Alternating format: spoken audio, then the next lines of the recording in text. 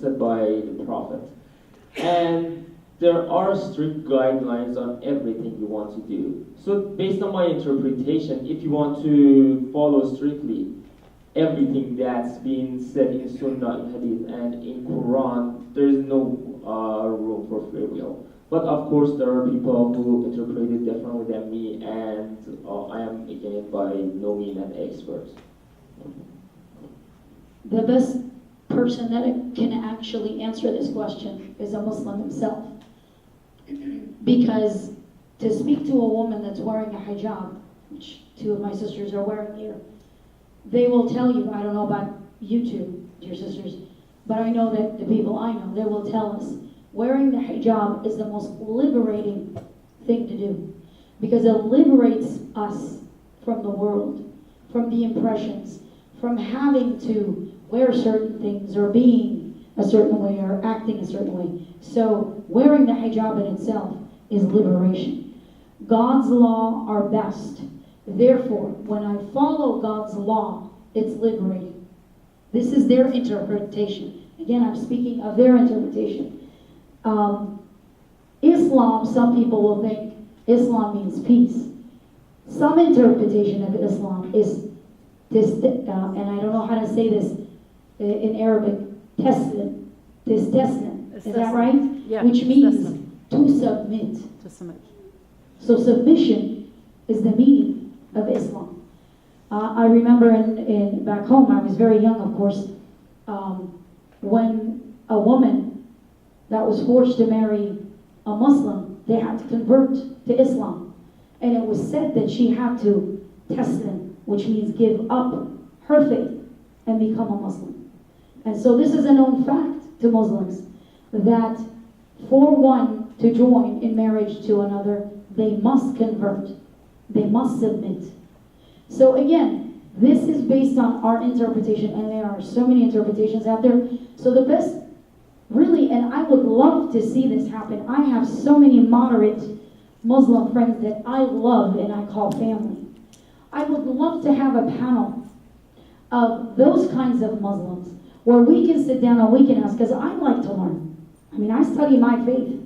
One of the things that I wrote about in my book is on the third grade class, right before we escaped, the teacher in our classroom one day just out of nowhere said, we're having religious course today. We're going to have religious study today. And everybody looked at each other, all of us as children, even, it was a multiple faiths, there were Kurds, actually, ethnicities. There were Kurds and Turkmens and Assyrians and Arabs, both sects, Sunnis and Shiites. We never had religious studies. And she plopped Quran on her desk and said, we are going to study the Quran. And I don't know where I got that courage from. At 8 years old, I stood up and said, ma'am, I will not study the Quran. It is not my faith. It is not my religion. My friends that were Muslim got offended. Why would we force someone else to study the Quran?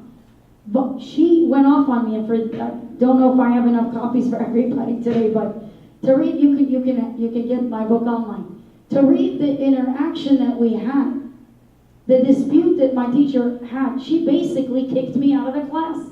She called me a dirty Christian. And we did not deserve to be in her presence.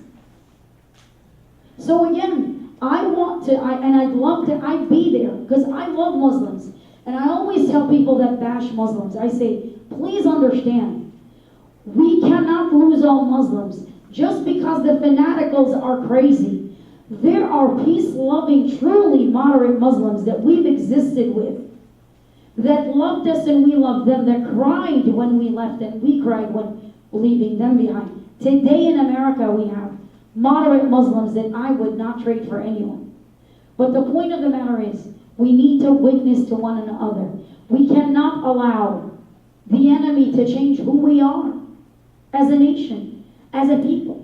Because if I allow the enemy to change me, I have become no better than that enemy. I have become no better than what they're trying to inflict, than they have won. Therefore, Islam is an interpretation, many interpretations. To speak to one is going to be different to speak to another. So what I would suggest maybe next time, I don't know, if they're willing to come, moderate Muslims like you sisters that could sit and that could teach us what it is that makes you so peaceful and makes another behead a person in the name of that same religion. Yes. It's $1 million question. I'd like to know, because just from your face I can see you're a peaceful person. But what makes these people so demonic that then they not only kill, but have you seen what they're doing to the churches? Have you seen what they're doing to the headstones? They're fighting the living and the dead. What is that about? They want to wipe Christianity not just in the living form, but in the dead form, all signs of Christianity. What is that about? That's a question for all peace-loving, moderate Muslims to answer. Yes.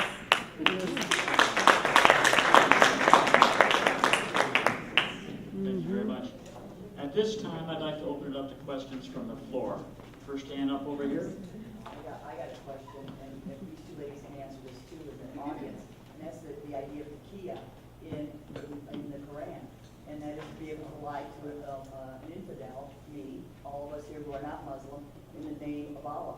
And I do not appreciate that, because now I cannot believe you of anything you might say to me in the name of taqiyya.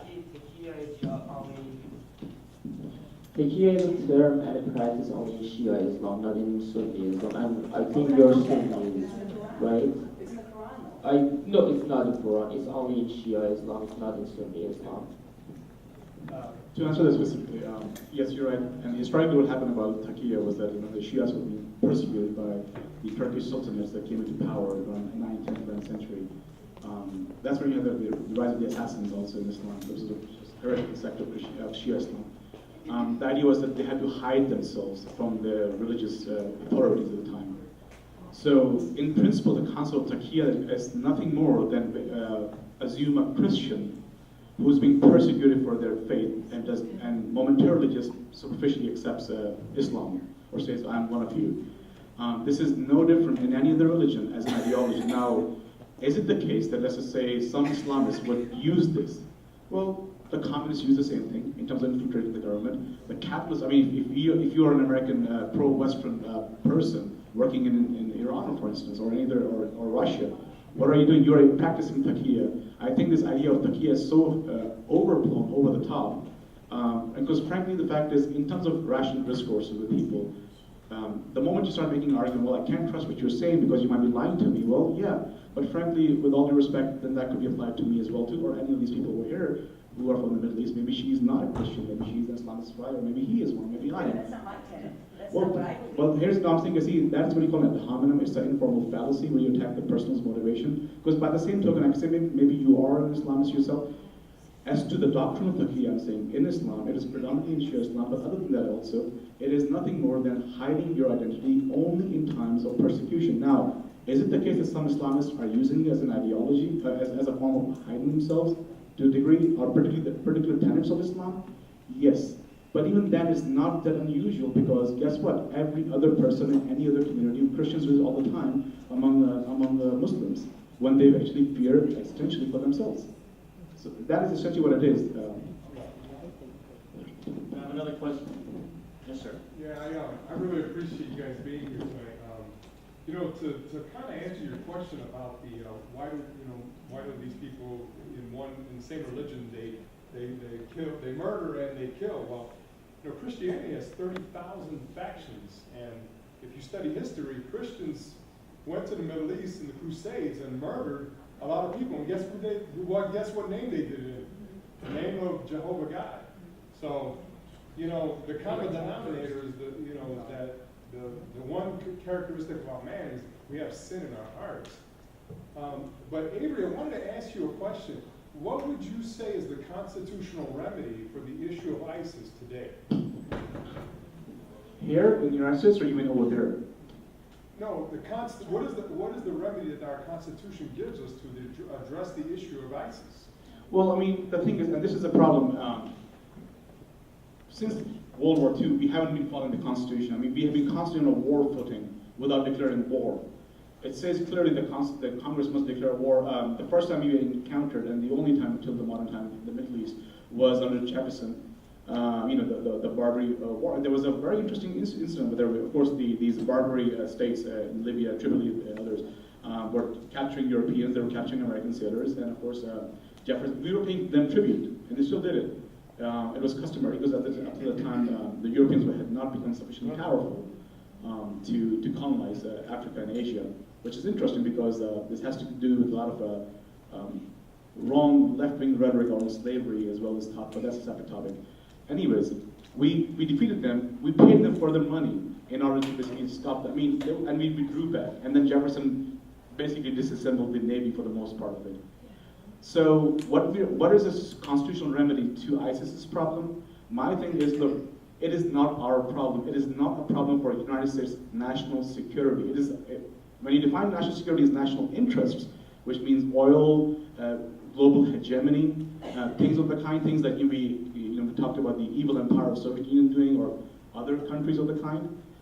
George Washington, in his farewell address, talked about how we should have commerce with all nations, friends with everything, not choose alliances, entangling alliances with nations, because once you make entangling alliances with nations, their enemies become your enemies. And this was not the fate, this was not the foreign policy of our republic. That was not the idea. This is not isolationism. We were not talking about Japan prior to its opening to the world. We're not talking about even Switzerland, for that matter. We're talking about basically non-interventionism over here. ISIS, in no less part, was a creation of our problem. If you want to do it the way Bush Sr. did it.